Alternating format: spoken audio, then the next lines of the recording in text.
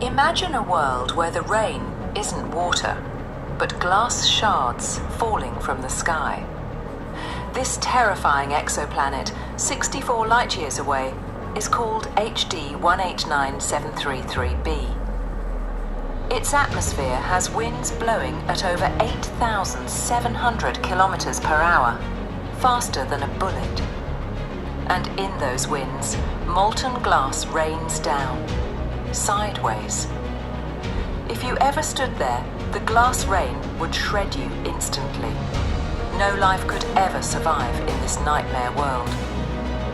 Space holds secrets far stranger and scarier than our imagination.